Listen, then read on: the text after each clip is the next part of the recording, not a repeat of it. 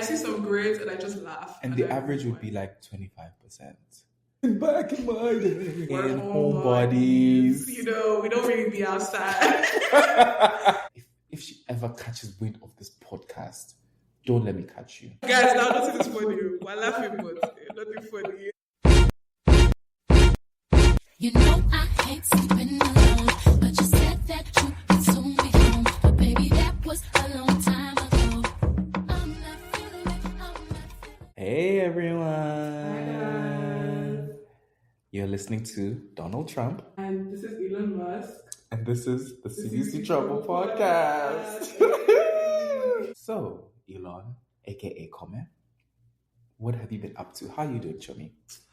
I'm okay, just been working, doing research, trying to be outside, bus club, another club. No sleep. So, all of the above. Yeah, I've not been sleeping. How have you been doing? I've been trying to sleep. I don't know if I've been too successful.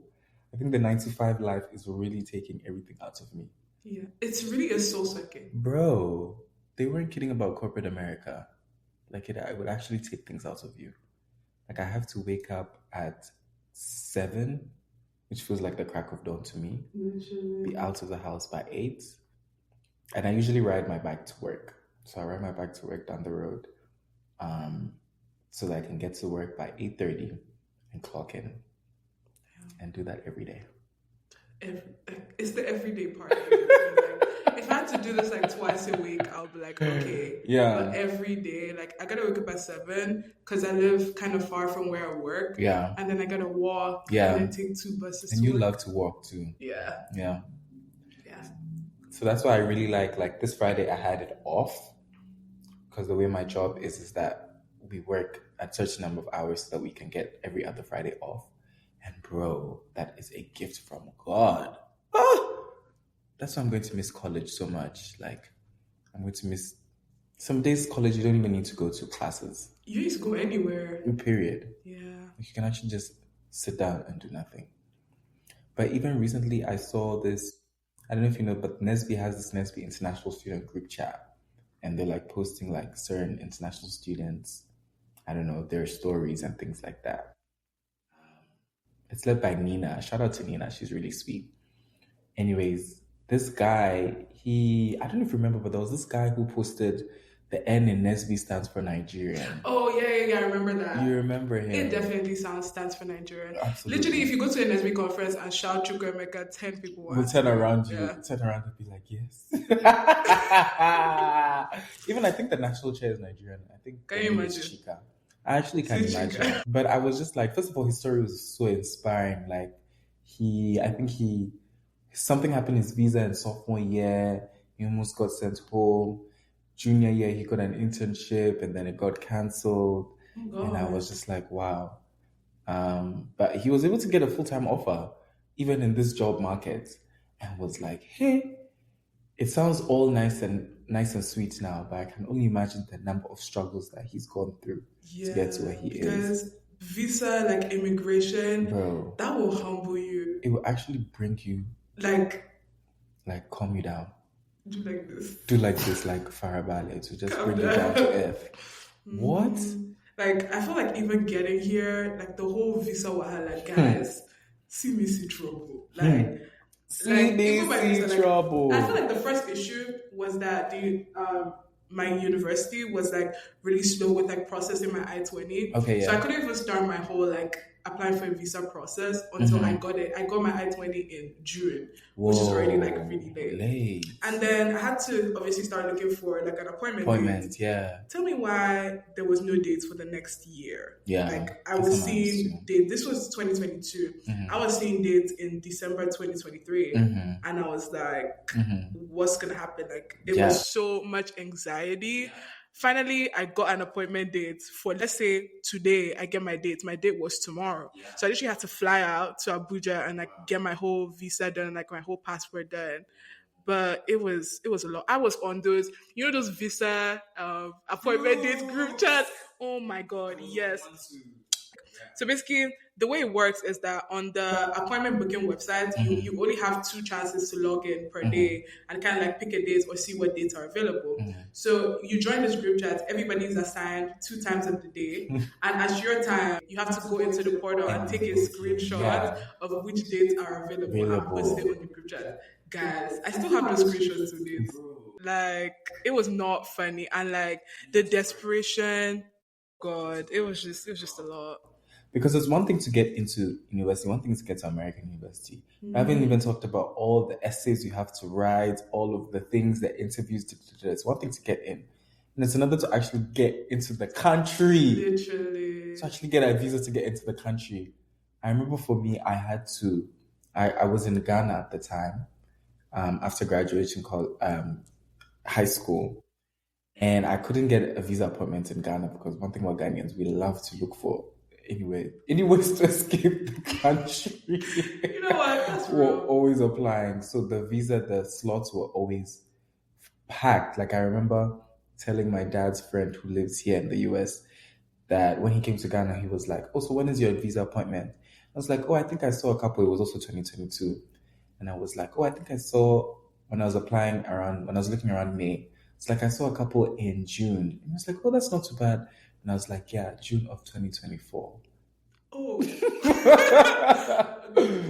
that last? That was Bro, last year. that was last year. You were a sophomore. That was last year. That's when the US government decided that's the earliest I could enter this country so I could do my degree. Bro, it was crazy. So I remember having to go through different countries. Like at some point, I tried South Africa, but I think by the time I was trying South Africa, it was still too late. It was going to be like 60 days wait. So we had to go to Eswatini, which for the people who don't know, that's where my high school was, Waterford. We had to go to Eswatini and do the visa appointment there. Wait, is that where Uncle Waffles is from? Eswatini, yes. Tea. Yes, Eswatini is such a beautiful country. But ain't nothing beautiful when you don't have a visa to go to your school. Literally. So I had to beg and graft and be like, "Oh, I went to school here. Can you please let me do my visa interview here?" And by the grace of God, we were able to do that.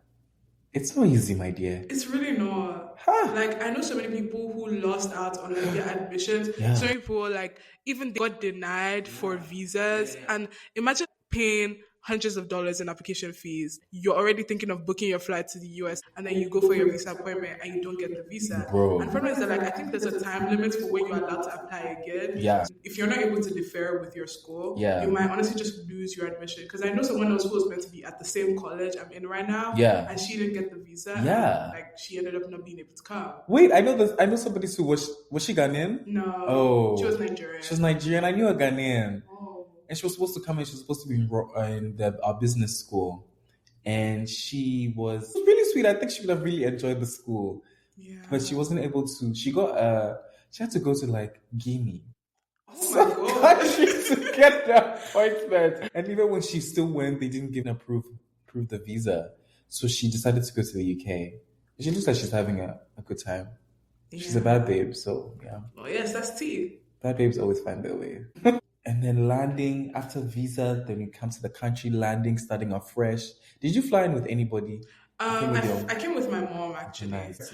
And do you know something so interesting? People talk about how they went to tour their college. Right. They went to see how I toured the college when I was there. Like, it was the day I moved in. That was when I saw the college. Like I was just going off of Google Images. Oh, tell me about it. Like I remember thinking university was so big, and it is a big university actually, because I had never seen it before. Yeah. And a lot of people who come here also are from Michigan, like the state. Yeah. So a lot of people have already kind of seen places. So I remember being so wide-eyed, like, wow, and this is this, and this is this. But also part of me was also still a little disappointed. Because when I thought of America, I thought of, big cities, skyscrapers. I thought of New York. I thought of New York. Yeah, I thought everyone was like New York. Yeah. Everywhere is not like New York. Everywhere is not in our city. New York is a vacation spot. Bro, people in America dream about New York. Like, that means their lives normally are not like New York lives. Like, our city here has potholes. Sometimes we get like fog. Sometimes every time I see a pothole, I'm like, this is not what I came. This to this is not country what I for. came here for. Like one time when I first got a SIM, my network wasn't working. It said E. I said, E? in America, the land of the brave and the free? No, it's not possible. Speaking of the land of the free, Yeah. ain't nothing free here. Ain't nothing free in America. Bro, everything is so expensive. Like, you would literally step out the house and it's $50. I can't even make it up. No, it you is can't. so expensive to live here. Yeah. And But do you think it's living here or it's just becoming an adult? Like having everything come out of your own pocket? Because obviously everything is more expensive when you have to pay. Yes, when you have to pay, exactly. So I think it's the compound effect of becoming an adult and doing so in a foreign country that just together just comes boom. And it just hits your face. And I remember everything being so expensive, especially before we got jobs. Oh my God. I remember that guy. My idea of a Friday night, Oh, right? man. We look for like a free event going on. So let's say there's like a free orchestra performance or something, or like a free like show going on. We'll just go there. Hopefully there's free food, fingers crossed. Anything for free. I was actually on a Discord server where they used to post like free food and free stuff, and I was there. Like I would get on the bus in 5 minutes and get to the location. Absolutely. And after that, we'll go get like $1 slushies from 7-Eleven. I remember that. Yeah, those were actually the times. Like we were so That was a happy. sweet treat. We were so content. We're like, this is a treat. And it was like, I remember it was on those big gulp cups. Yeah. That is the epitome of America. Like those big gulp cups for like $1.50 or max $1 to $1.50. Yeah. I just be like, wow, this is a deal. Bro. Do you remember when we went to Pattaya and we walked through like guys, you see something of $10, we'll be like, Yeah. let's go. be like, no, we can't afford this. It's crazy. I think the good thing that saved us was those first few months, especially freshman year, people are always doing events, like come and meet this group, like festival, that sort of thing. Block parties. So I feel like they did a really good job of throwing events and like having the student orgs be out there for us to like be involved and join. Because in freshman year, I would do anything for a function, like Absolutely. block party, Absolutely. anything going on. I was trying to be as outside as possible. Absolutely. And I feel like that was honestly such a good experience because I've never been that free. You're never going to be that free, and nobody really tells you. Actually, people tell you you're never going to be this free. But we don't realize. And you don't realize until you're not a freshman anymore that like, I don't have this much free time. Exactly. So freshmen, if you're listening to us, enjoy your time. Go out. Like be outside. Be outside. Like it might seem like, oh, no, I have to lock in. I'm finally in college. No, you do. I mean, you do, but be outside. Yeah, be outside. Please read your books, read your books because I'm telling you, your freshman year GPA is gonna be the best. I miss my freshman year GPA. Like and it wasn't like I was taking easy classes. I was taking some serious. I was taking Orgo. I was taking Calc. Yeah. I was taking just a bunch of like really hard classes. Yeah, I remember but that. still, that is the best GPA I've ever had. seen. So just make sure your GPA is up there in freshman year because it only goes downhill from there. Especially if you're in engineering. Just engineering classes. Bro. I like to say I've seen failure, but I've not really seen failure. Seemeeseetrouble. Yeah. You've seen everything. I read this article, aka I watched this TikTok, which said I watched this TikTok and she said that engineering school will teach you to just fail, pick up your bags and move on. Like, bro, I've gotten less than 20% on a test before. I see some grades and I just laugh. And the average would be like 25%. But you just have to pick yourself up, move on, keep showing up, and one day, we'll be holding that degree. Amen. And we're actually almost there.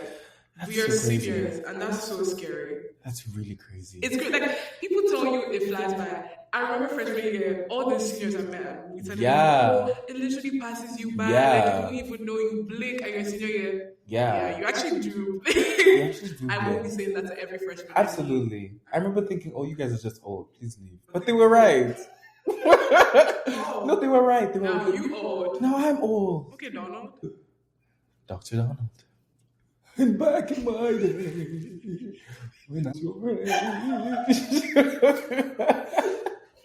yeah, like I remember our singers were so sweet. Do you remember the Temmies? Yeah, they were so nice. They were so sweet. They did such a good job of bringing the underclassmen and making them be active in the world. I feel like if I didn't really meet them, I wouldn't have been as passionate about the student orgs I'm in right now, and I wouldn't have been as involved in the community. And I feel like that's really so important, like bringing in underclassmen, people who have been where you were, because coming to college is so isolating, especially if you don't know anyone here. Like we came here, we didn't know anyone, we didn't know any. How do we even meet? Especially in a big school.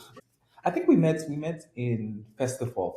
For those who don't know, Festival is just like our college's big club showcase. So all the clubs and organizations would have a table and a stand, and you just walk around, you get to meet people, that sort of thing. And I can't remember, did we like meet? I think we texted before. Yeah, we had been like texting on Instagram. Yeah. And then we kind of bumped into each other at Festival. Yeah. I remember that. I remember being like, oh, are you going to Festival? And you were like, yeah, you're going. And then I was like, oh, I'm going too. And then bada bing, bada boom. Oh, yes. That was so fun. But did we text before? I think we were texting before. And you asked me, oh, where are you? You were like, oh, I'm next to the flag. That was when we met at the flag. Oh, I remember that. I remember being so young and so like happy. Guys, now nothing is funny. We're laughing, but nothing funny. Actually, guys, so for those who don't know, Kwame actually slid into my DMs. Okay. First and last time that happened. That. Actually, you seem to forget that I am a man, so yeah. But you've never done it ever since? Yeah. See? Let's see. And she should never. I actually should. But I'm glad you did, because now look, we've been friends for now 3 years, going to 4 years. 3 years? Yeah. That's crazy. And do you feel like we were close from the get-go? I feel like we hit it off from the get-go. Yeah. Like there was something about like our humor that just clicked instantaneously. And you don't find a lot of friends that are like that. So when we did, I was like, wow, this is going to be really exciting. Exactly. A really exciting friendship.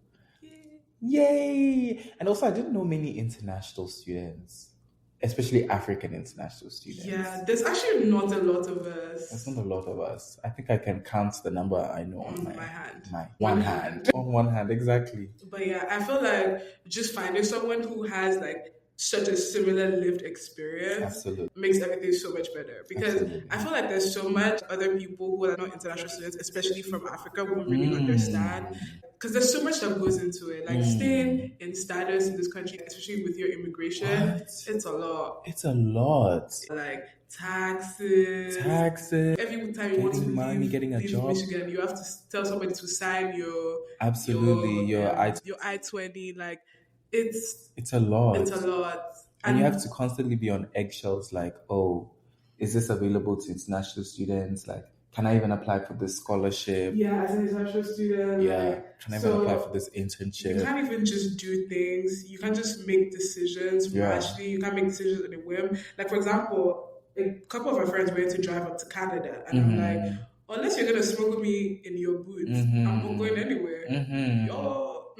There's nowhere I'm gonna go. Where am I gonna go? Like, so it's just like a lot of things like that. There's so much restrictions that's like placed on our lives here that honestly makes things like so much more difficult. And like having someone to like talk to about it and like go through it together makes so much of a difference. So. Oh my goodness, I love that. Okay, so now let's talk about when we actually started working and how it was actually earning money for ourselves. Because one thing about me, I don't know if I liked my job, but I liked getting money for the first time. And I liked having money that I didn't need to ask my parents, oh, Daddy, Mommy, send me money. Like, this is my money, I'm going to spend it however I want. How was your first job? Okay, so my first job, because all the other jobs, they do hiring over the summer. Yeah. So I didn't even know anything about that. I just came in and I was like, okay, how can I get some money by tomorrow? Yeah. Like, I got bills. Yeah. My bill was the $10 cover for a party, but that's besides the point.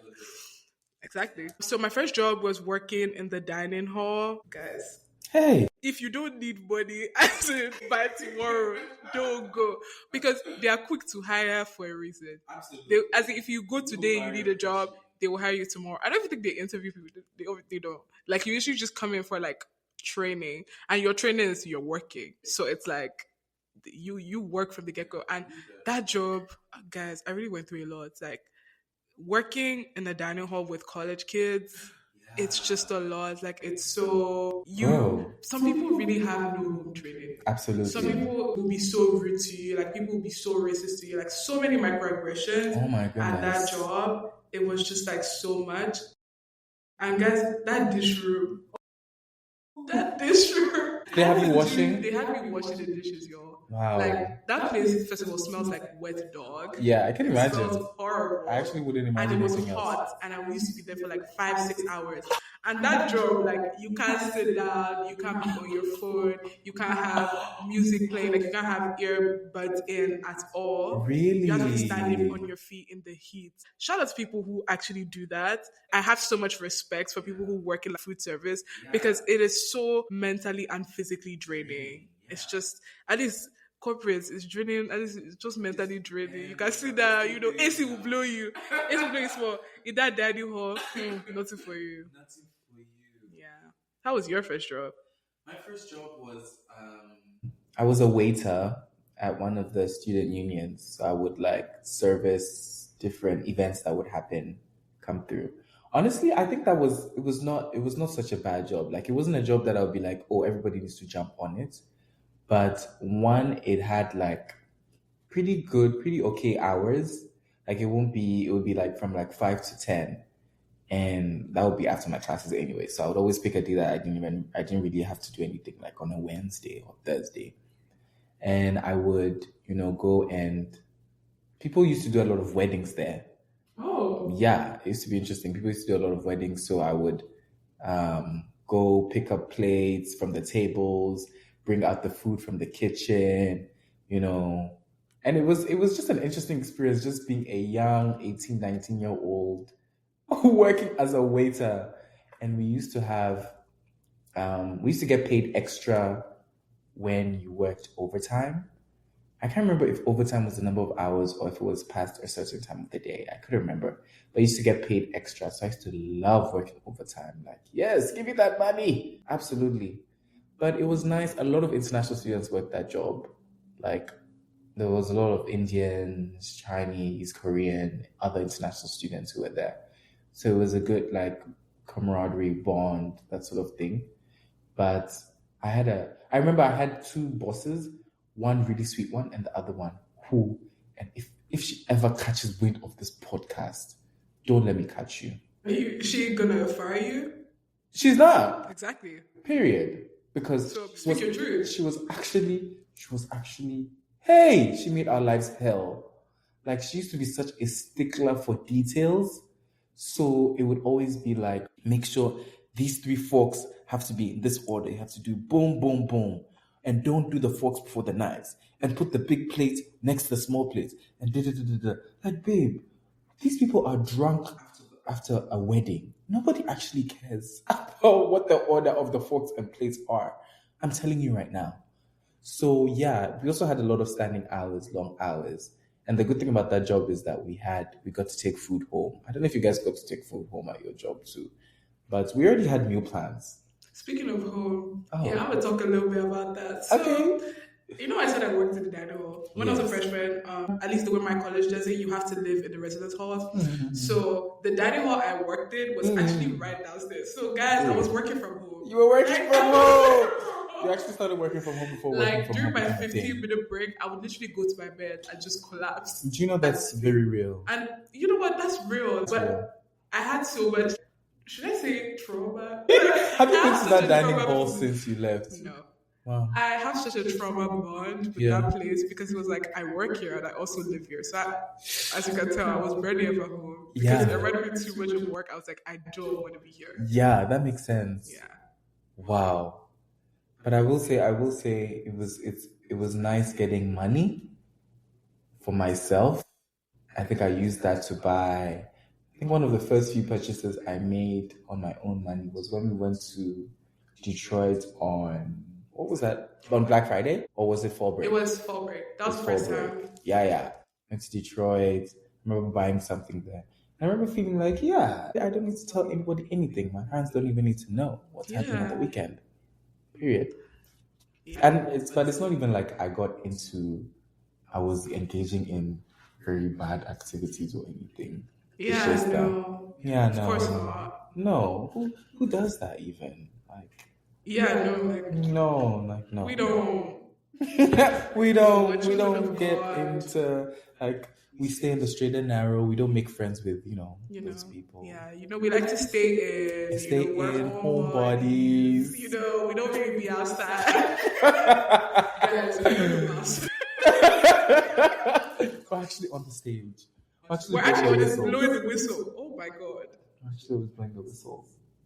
But friend, how was your experience with making friends? And how did you think you found the friends that you really hold today?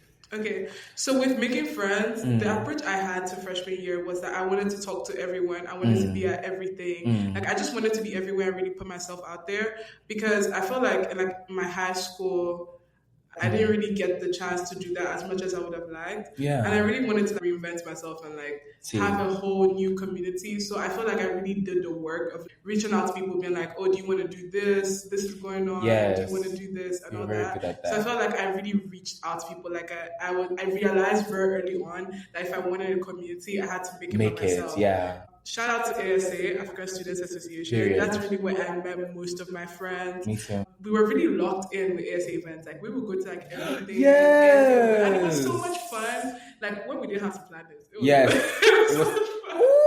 We'll get into that. Another episode. But it was actually such a good time, like such community. Everyone was so nice. Everyone was so open to making friends. Welcoming. And I felt like I realized very fast that the same way you don't know anyone is the same way nobody really knows anyone. Yeah. And everyone is just willing to talk to you. Yeah. As long as you're not rude. Yeah. People will talk to you. No one is gonna be mean. And if someone is mean, there's so many. There's 50,000 people that to talk to. Yeah. There's always new people to talk to. And it was amazing. It was so nice getting to. I remember one of the first events they had was a pie in the face sort of thing, and it was with the seniors. And I think they had to answer questions or something, and they used to pie in the face. And I remember just thinking, wow, this is really college. This is wow, this is American college. Watch our world, I'm grown now. Okay, Zoe. Don't get me started on Zoe. Don't. I'm actually not. Yeah, I'm trying to, Zoe, we're not going to get out of here today. Zoe is top 5 most annoying protagonist. Her and Tori from Victorious. And Ifemelu. And Ifemelu. From Americana. Yeah, from Americana, yes. But it was just really nice getting to meet the seniors. I think what I did in freshman year too was that aside from ASA, I also made it a point before I got into engineering to just try different things. So I remember I was in a modeling club the first year. That first year was the first year I joined. Advertising course. The advertising club that I joined as well. Club. Okay. And I joined the newspaper my first year, and I just did a bunch of things that weren't engineering focused before I actually really got into it. And I'm really glad I did that too, because I think it expanded the type of people I know. I will say I wasn't really successful in getting that multicultural college friend group. Yeah. I don't know if they exist in Michigan. That never really worked out for me. Yeah. Most, I would say 99% of people I know, of my friends, are all Black. Yeah. I don't know, I made it a point to surround myself with Black people at all times. Yes. My biggest fear was being trapped in a non-Black friend group. Being the token Black friend. That was my fear too. I was because I'd seen the movies. Yes. I was oh hell no. That was my fear too. And they would always turn to you and be like, so what do you think? Because maybe you'd be the voice of all Black people. And my fear was that I'm Black, but I'm African. And I'm not just African, I'm African from Africa. Not first gen African. So I can't even speak to the experiences of a first gen African growing up in America. I can't speak to all the experiences of an African American here, of a Caribbean American, of an international Caribbean student. So I was also really worried to be that token black friend because I won't be able to talk about all the black lives. Exactly. And I feel like as much as there's intersectionality, all the as much as buzzwords. there's all that, like it's still a different lived experience. Absolutely. Because we were actually all raised in different ways with different things. Like there's some references that like my African American friends will make, and I don't understand. I'll be like, I have no idea. I'm just looking around. Also, do you just laugh? If I look around as people laugh, now laugh. Yes. Even like the Africans who didn't grow up in Africa, but like both parents are like African, like there are even a lot of things they say that I don't really understand. Yeah. And it was a lot of learning. I would say. And you realize that like obviously I'm not saying diaspora worse, but you realize that there's still a difference in lived experience. Absolutely. It's a lot to learn. There's a lot to learn. There's a lot to learn. There's a lot to learn. I think it's really real about growing up, even the way you grew up influencing the way you see the world, and also the way like different groups interact with each other. But for me, I will ask. I'll be like, what does that mean? Oh yeah, you ask. Me personally, I'm too shy, guys. You know, I'm shy. You know, I have social anxiety. Not like I'm a girl. Yeah. Did you ever code switch? Oh, definitely. If you could hear me at my job, you'd be like, bro, Kome has a corporate voice. Wow, it's actually impressive. When you go, she just switches it. She's like, yeah, you're good. So do you want me to just do this for you? And then, oh yeah, I got it. I can fix it. Yeah, I can go ahead and set up that reservation. Because I have to. Because honestly, that's really why I'm appreciative of like my first dining hall job. Because that really taught me. I was practicing how to code switch. Because sometimes a lot of times I had to like talk. Yes. So I felt like that really helped me practice how to speak to people. Because it will shock you. Like I don't think my accent is that hard to understand. Yes. But a lot of people don't hear what I'm saying. Like I had to say things multiple times, and I realized it's just easier for me to just code switch. Like I remember when I first landed here, a lot of the words I would say, first of all, people thought I was British a lot. And second of all, a lot of the words I would say, they'll be like, what? Like I remember going to the restaurant and asking for water. They were like, water? And I was like, water? Okay, let me set the scene. I was at the bar at a restaurant, and I was like, oh, can I have a glass of water? She was like, what? I was like, water, do you have water? She was like, no, but do you want water? You mean some water with some ice? And I said, yes, I would like some water, please. Thank you. So now, what's the difference? What's the difference between what I said and between what you said? Is it not the same H2O? It's the same thing. And it's just so shocking how I understand them perfectly. I understand what they're saying. But when it comes to me, it's as if they cannot hear anything. And the difference in the words we use, like zebra crossing, yes. what's the word that shocked me? Yes. I remember when I was trying to enter my friend's car and I was trying to put something in the trunk. I mean, that's what they call it. She's like, the boot? As in the shoe? I was like, oh my gosh. That thing at the back of your car. She was like, oh, the trunk? Oh my goodness. That's so real. Zebra crossing. I remember saying zebra crossing and they were like, what? The crosswalk? And then one of my closest friends, he said, oh, that's the most African thing you've said so far. Actually, no. I remember the time I said, do you know that game, Police Catch Thief?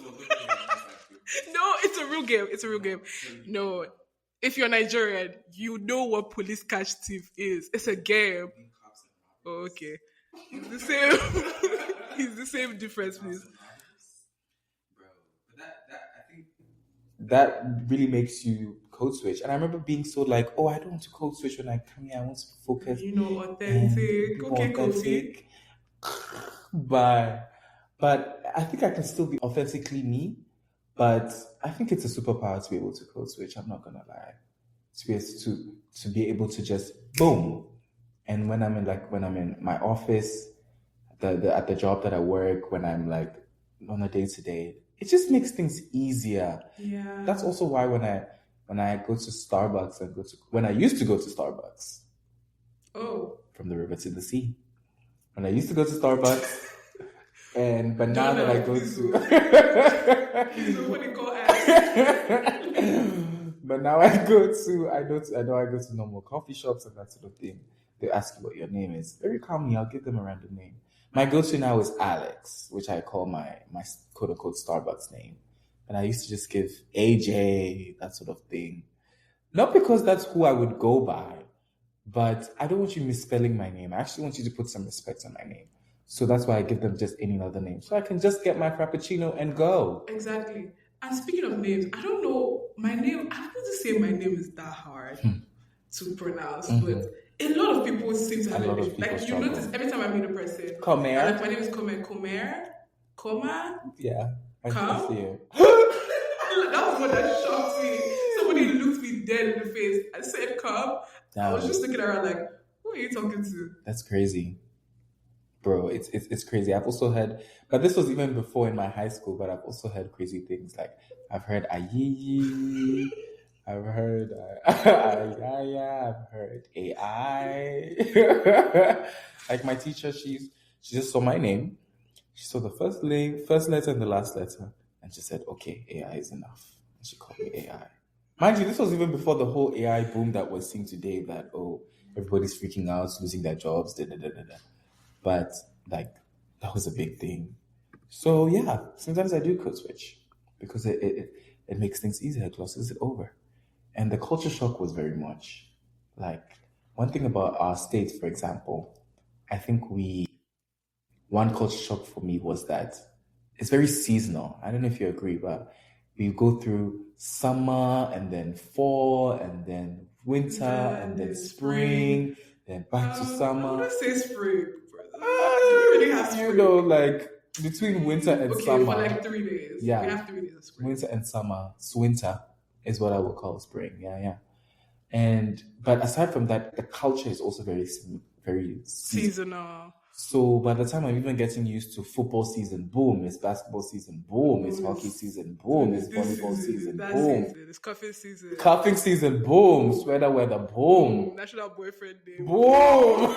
Like, it's just, by the time I'm even getting comfortable in anything, we moved on to the next thing. Quick to change. Yeah. So I felt, especially for the first day, I remember feeling like I was always adjusting. Like, there was rarely ever any stability.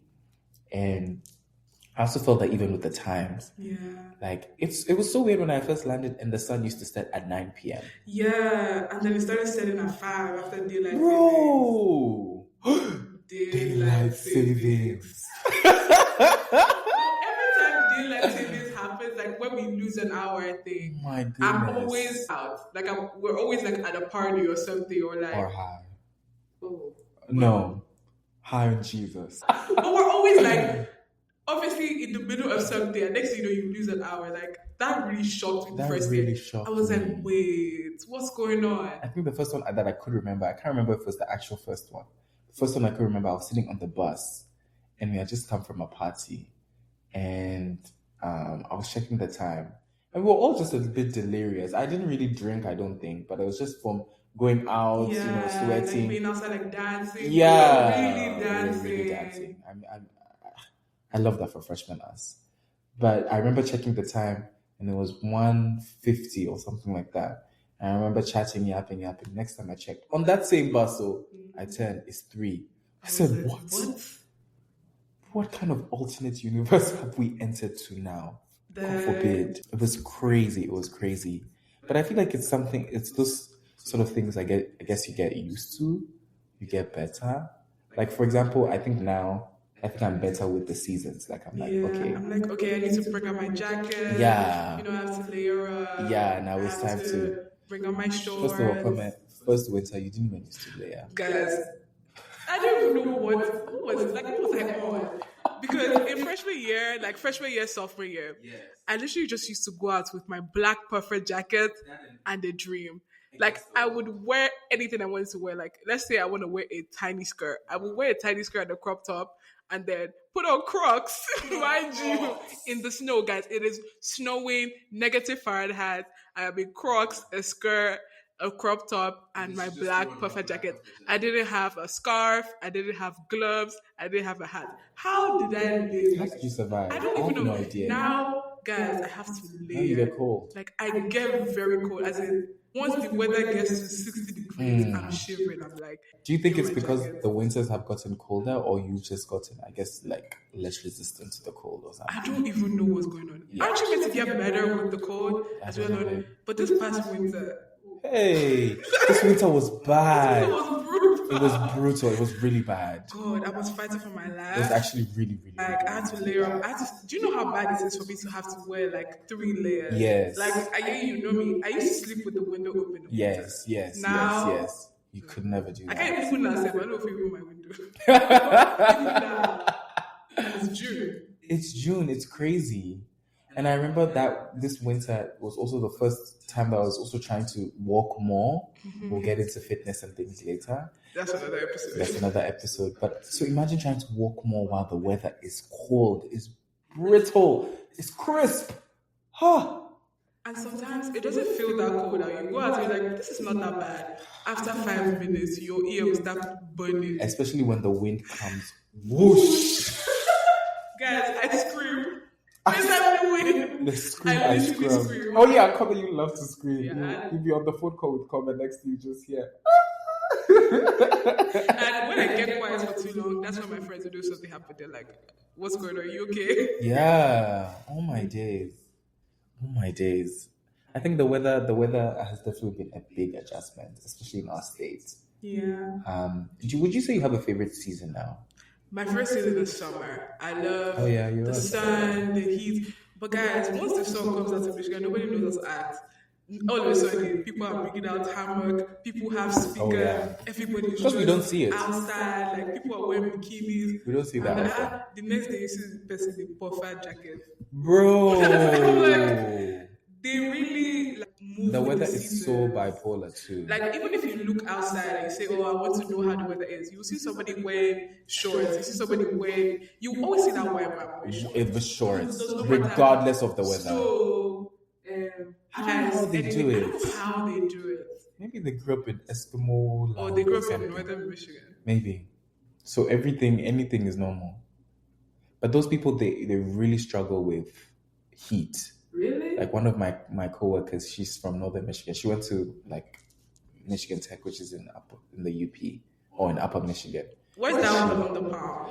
Maybe I don't know. You know, people but from Michigan love to do that. They love to They'll do be that. like, palm. why are you in Michigan? They bring out their palm and they show you, oh, I'm right here. And I'm Put like, your hand down.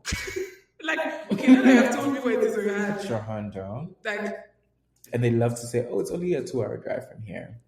2 hour, 3 hour. They'll be like, only an 8-hour, only a 6-hour drive, so it's not too bad. 6 hours? 6. And it's not too bad? Oh, okay. That's one of the things that's they love to drive here. But honestly, it's a big country, so I get it. If you give me a car, no let to drive. I feel drive, oh. I feel drive. But for example, like I live in South Africa, for example, and we have, big cities, Cape Town, Joburg, Durban, that sort of thing, Pretoria. But I don't think like people who drive home to where their villages are and things. But I think it's very common to fly. And back in South Africa? Yeah, in South Africa. Yeah. But I think here people actually prefer to drive. Yeah, people prefer to drive because obviously having your car gives you so much more mobility. Because it's not every city in the US that is walkable or that has public transport. Some cities you need a car, if not, you're not going anywhere. You can't get anywhere without your car. And having a car, like, it just makes life so much easier. Like living life more easy. Because people will take in the buses. And the time takes so long, and sometimes the buses The don't bus come is on not schedule It doesn't at matter all. who you are, where you are going to. At all. If that bus doesn't want to come, it will not come. Zoom, gone. Bro, the number of times I've run for a bus, and the number of times, there was one time I came to the bus, I was literally right outside the door. The bus driver looks at me and drives off. No, there was one time my leg was. You're The lying. door was now closing on my leg. I had to yank my leg out. You're lying. I'm not joking. The bus sped up. I was like, that has to be racially motivated. No, definitely. Just don't like black people. Definitely. Ooh, racially motivated. We'll get into it in another episode. There is so much to talk about there. Hey, hey, hey, hey, hey. But another culture shock sort of thing that I had coming to America is with the medical system, like with hospitals, clinics. I think it coincides with the thing I was talking about how being an adult for the first time. Yeah. And so for the first time, I had to book my own doctor's appointment. I had to go to the clinic on my own. So that was a bit scary. Yeah. But and insurance, mind you, we have to pay as international students. We have to pay insurance every month, some $200 or something dollars, and it just racks up. But if you go to the visit, I remember one time, I can't remember what I had. I think I had a cold or a sore throat or something. I had to go. It was really bad, so I had to go. And the doctor just looked at me, prescribed me the medicine, and left. So I was like, oh, okay, I guess I'll just go to the clinic in the hospital and prescribe my medicine. No, they said you have to go to Walgreens, or you have to, if you want to buy from here, it's like double the price. So for common ordinary aspirin, it was like $15 for like a tiny pack. I said, no, I'll buy from CVS, or I'll hold it. Because it's not possible. Get this thing here, you pray against sickness. Like when my mom used to pray for sound health, like pray. I didn't know that me too. I'll start praying that prayer because anything you want to do here, as in is money. As in, if you fall sick or if you sneeze and you decide to go to the doctor, money. Even if you're on the scene, if I'm on the verge of death, if I'm dying, I've told all my friends, even if I'm dying, don't call that ambulance. If not, you pay. Oh God, $3,000 for what? For them to place siren on the street for me. Please call Uber and beg. Let's be going to the hospital. Why is it so expensive? That's it's so expensive. Like even the surgery I had. Yeah. I had a surgery on my thumb. Yeah. This last year. Yeah. I'll get into that story in a later episode. But I had to go get that surgery, and I was like, oh, my insurance covers. No, I still have to pay $200 of my own money. That was my copay. And I was like, I should have just left my thumb to fall off. Wow. 200. I mean, okay. You can't let your thumb to fall off now. You actually kind of. But at the time, like in the States I was in, that $200 really took so much as me. I will even look at that hand every day and just be angry. Do you know how much it cost me? They don't have I started asking to pay that much. They didn't have the audacity to ask me, oh, like, it's optional, but do you want to pay medication? Give me a bag. Give me. No. But I will say, I think it's, I was going to say it's at least it's accessible, but I don't know how accessible it can be. Because even for like mental health, I remember I was trying to book like a conversation with the therapist in the counseling service we have in our school, and there was like a wait list. Yeah. And I go online. Wait. They're like, so if I want to kill myself now, that's what I'm wondering too. I should wait for the wait load now. You should wait for the next 2 to 5 business days. They'll contact you. So they contact me. Said, so if I wanted to end it all now, that would just be your life. What is my solution here, please? No. It was crazy. But you know what?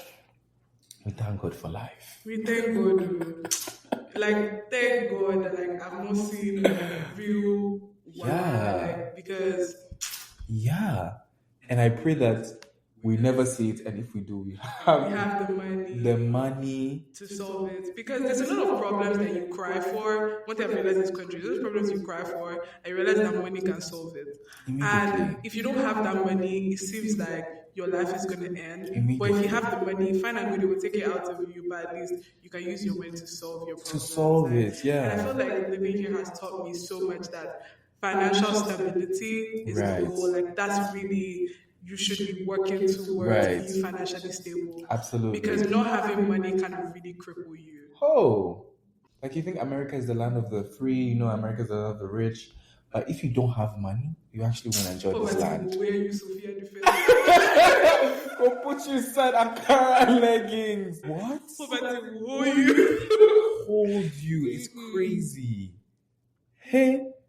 But I feel like, and I think this is a very American thing, but I started to feel like if I would pay for a service or if I would get something, I'd be like, I actually need this done well because I paid money I for gotta get my this. money's worth. I have to get my money's worth. Yeah. Even when I'm getting my hair done, I will speak up like, if you do one braid, I don't like it. Oh yeah, please lose it though.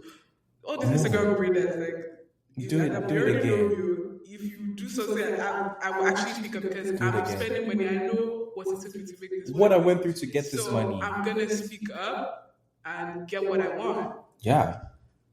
Oh my goodness. But I think living abroad is interesting.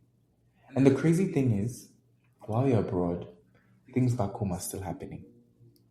I know. We forget to talk about that. Like things don't just pause. For you. Like things are changing, things are happening. And I feel like staying in touch with two different like countries and two different like experiences is a lot. Yes.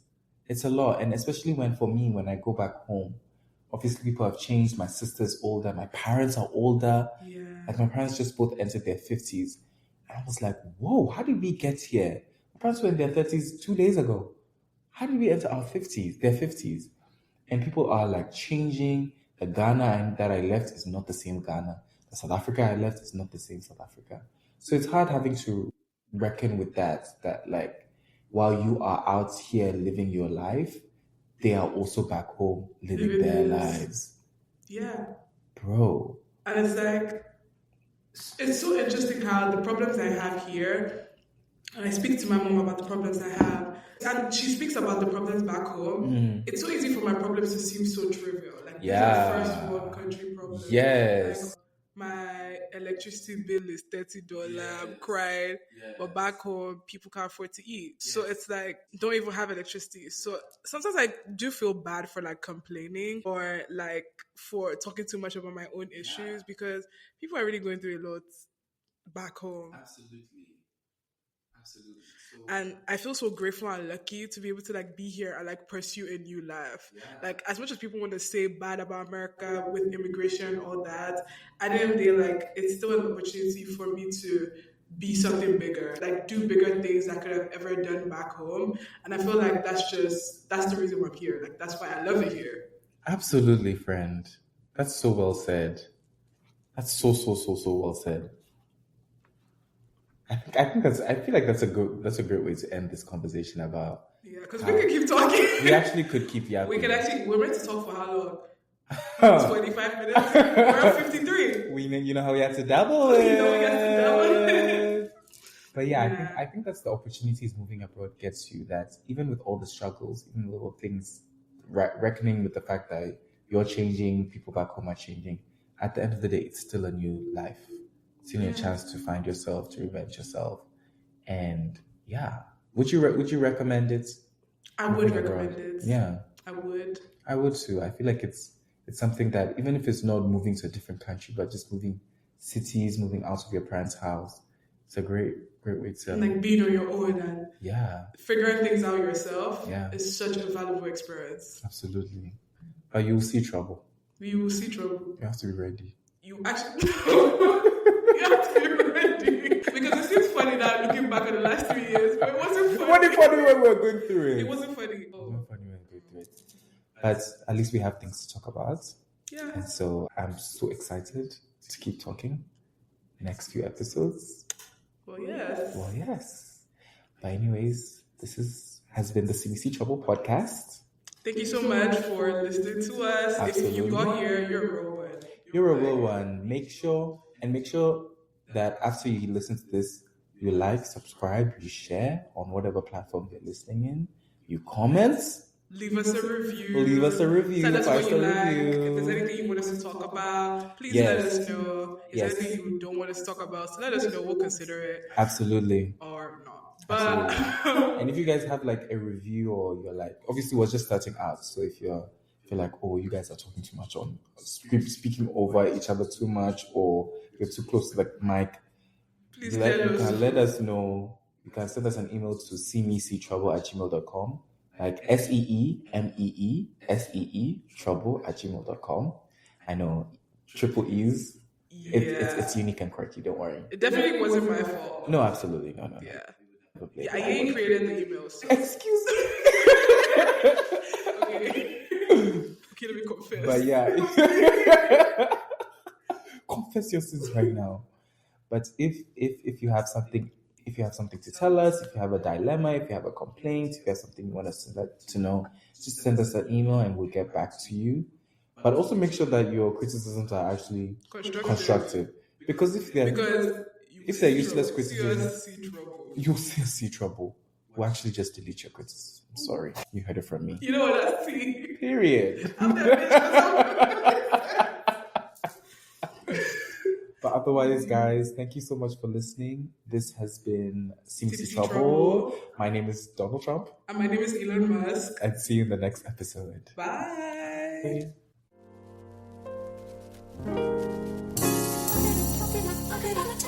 It's you, you see stars. It's you, you go far. It's you, you